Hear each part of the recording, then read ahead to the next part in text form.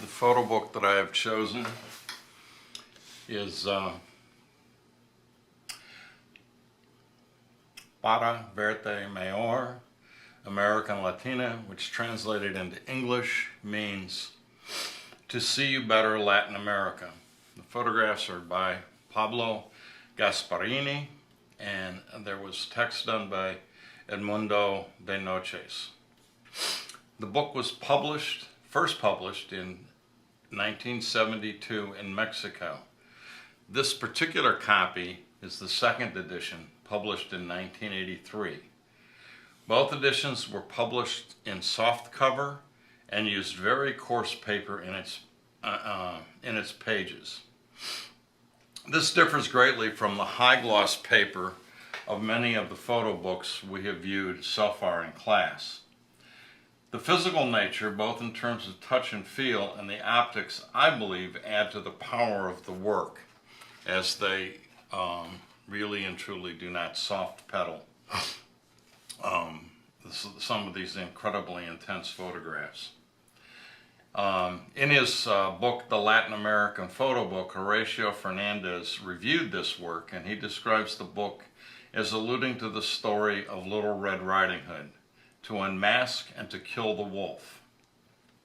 Since this video review is of a photo book, I'm only going to mention the text briefly.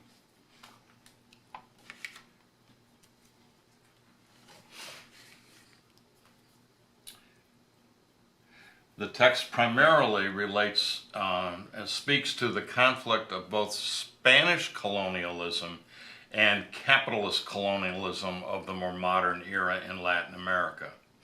It specifically talks about the inequalities in the economic inequality between the haves and the have-nots.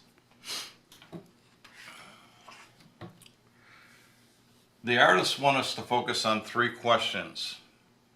What do we see? What is there? And what is happening? I'm going to focus on three photos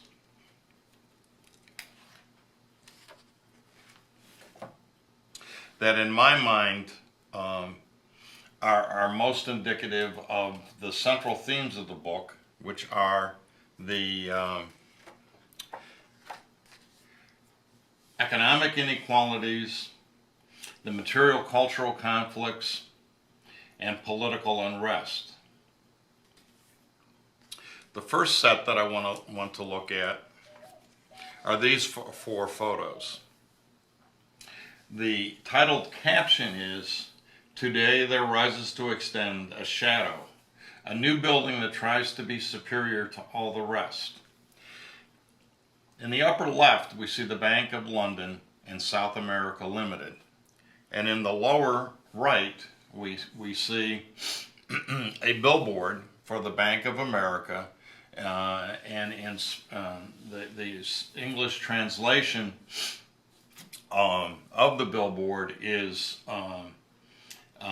"Where you need it, branch offices in Managua." So this is a billboard that would be in Nicaragua.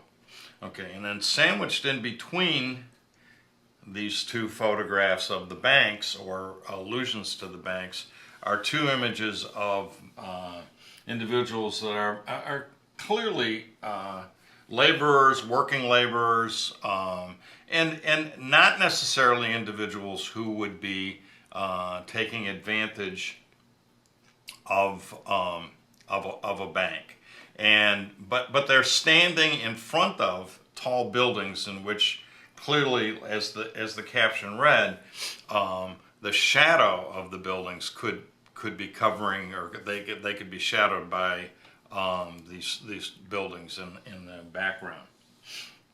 Okay, moving to the next. On this page, the caption here reads, "From the medieval cellar and the black mourning of the ladies to the blue jeans and miniskirts of their sensual large glasses, exacerbating the identity between rags and social position." I see two themes here again. Again, economic and social inequality but also the clash that exists between the indigenous cultures of the past and modernity, which emphasizes capitalism and consumption. Capitalism and consumption, it's a very modern looking woman, very chic, very, not in this day and age, but certainly in the 1970s, this is would be a very hip outfit. And this gentleman here, clearly in a suit, again, it shows the time period, but probably in an office on a phone, doing business. But again, sandwiched between these two images, we have a local indigenous individual. And this is one of the things that Gasparini and the Noches is trying very hard to show these comparisons. Okay?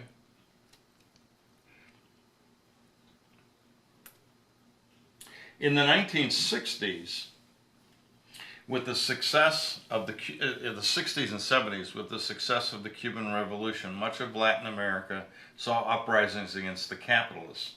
This book begins